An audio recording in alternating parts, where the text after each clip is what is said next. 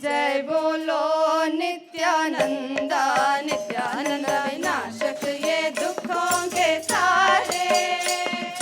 जय बोलो नित्यानंद नित्यानंद भगवान ये है न्यारे हमारे। जय बोलो नित्यानंद नित्यानंद भगवान ये है न्यारे हमारे। बोलो जय बोलो नित्यानंद नित्यानंद विनाशक ये दुखों के सारे। जय बोलो नित्यानंद नित्यानंद विनाशक ये दुखों के सारे। जय बोलो Nityanand Nityanand.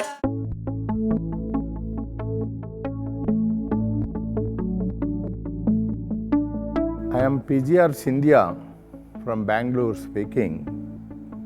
I have been coming to this ashram for last several years, right from the beginning. I have been spending time with Swami Nityananda ji. I have been knowing Swamiji very well from almost 16 years. I have been in Karnataka's public life more than 45 years. I have met several spiritual, religious leaders, several Matadhipatis and all that. And I believe in spirituality. So in the year 2000 it so happened, my wife went into depression for several reasons. So no doubt we gave her the modern medicine, so many other things and all that. I think it is Chamundi Studios or so. I went and Swamiji healed my wife. We met, both of us we met Swamiji. We took his blessings. And few more sittings we had. My wife was not in a position at that time to go alone. So we both went together. I've taken her several times. And she was healed. That is one just such thing I am mentioning. After that, subsequently when this ashram was built, Swamiji came here and several times I have come. I have observed that there is a superpower in Swamiji. That power, that superpower I cannot explain. One can only experience it. So I have no words to explain what exactly is that power.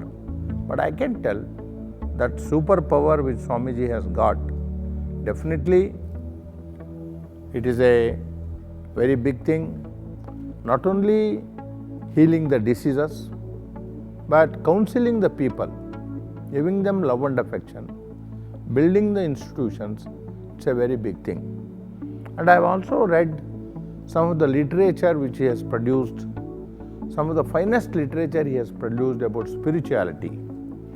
So, religion is different, spirituality is different, and all the human beings, if they get into some little knowledge of spirituality, things will be different, which Swamiji is doing. I have all appreciation to Swamiji's good work.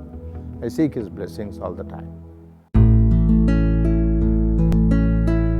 Once Vakyartha Satya started, whatever doubts I had, I was able to ask, and then I myself came to know that I had clarity about what I thought I didn't have clarity about, but now I understand that I have much clarity about things, and now whatever questions I was not able to ask also, now whoever is with me in this group, they ask that question. So all my questions, all my doubts which I had, everything will get clarified, and now I have much more clarity about things.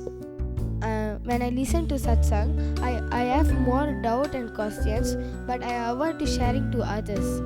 When Swamiji created these Vakyartha Satyas, I have a questions, but somebody will discuss in Bharsans will discuss the questions. I clear that questions inside of me. Then I feel complete, and now I avoid having self-doubt, and I try to be compassionate with others because of Vakyartha Satyas. See, before doing this Vakyartha, I used to speak many spiritual things which everyone accepts, but I never put it in my action. So whatever I used to tell, they'll never follow it. But after this Vakyartha, when I started applying it when I started applying all the truths in my own life, I started following it. I took more and more responsibilities, and now people around me are getting enriched more.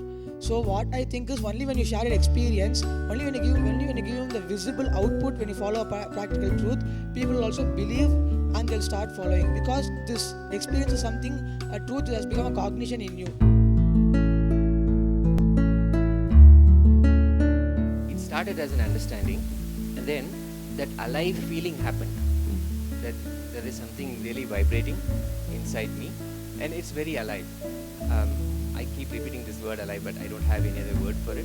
But it is the source for all that I do, even my thoughts. Witnessing space is actually very complete. And there is no boundaries.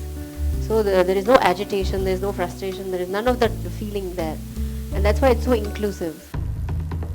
Varanasi, Anandavana, the spiritual capital of the world. This city is built out of all our sacred sentiments. This whole city is built not just with mud, stone, wood, mortar. It is built with our sacred sentiments.